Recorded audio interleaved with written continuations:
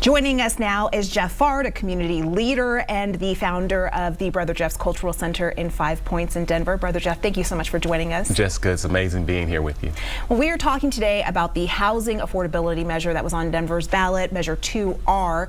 That right now is currently not passing. This is something that you supported.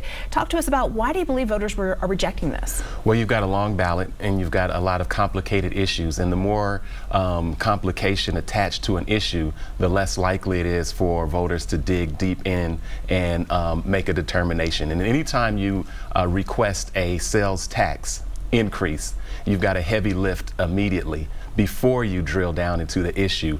And I think that a lot of folks have, but I'm not sure if this measure is going to make it. There has been a lot of controversy about affordable housing, how to solve this really big problem in our city that is affecting so many folks who are moving out. What do you think is the best way to solve this problem? I know there's been some criticism about involving developers in money that voters are giving to raise these funds. It would be interesting to think about those who are saying, why should I as a taxpayer be in the affordable housing business?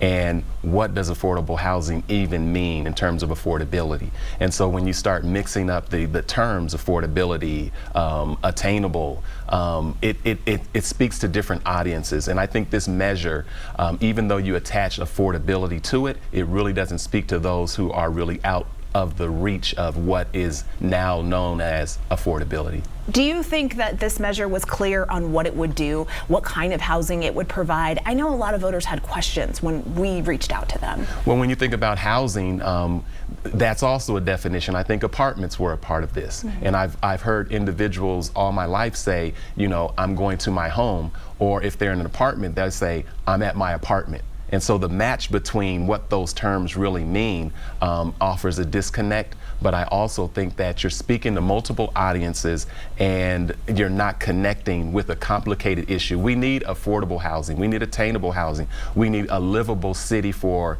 a wide range of individuals. But right now, the messaging doesn't reach that broad spectrum of individuals, and the intent gets lost. And I think that's what you're seeing in these voter numbers. If this doesn't pass, what do you believe is next? Do you think it's the responsibility of city leaders to go back to the drawing board here?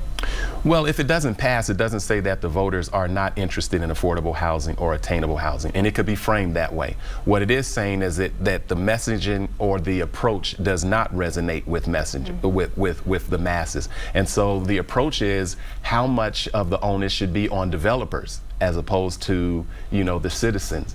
And so I think it's going to be a big conversation. It's a mandate for the mayor. He attempted to address it in this way, but the voters at the end of the day have the final say, and I'm not sure this one is going to make it. All right, we'll continue to keep talking about this. Brother Jeff, we appreciate you being here today. Thank you. It's a pleasure.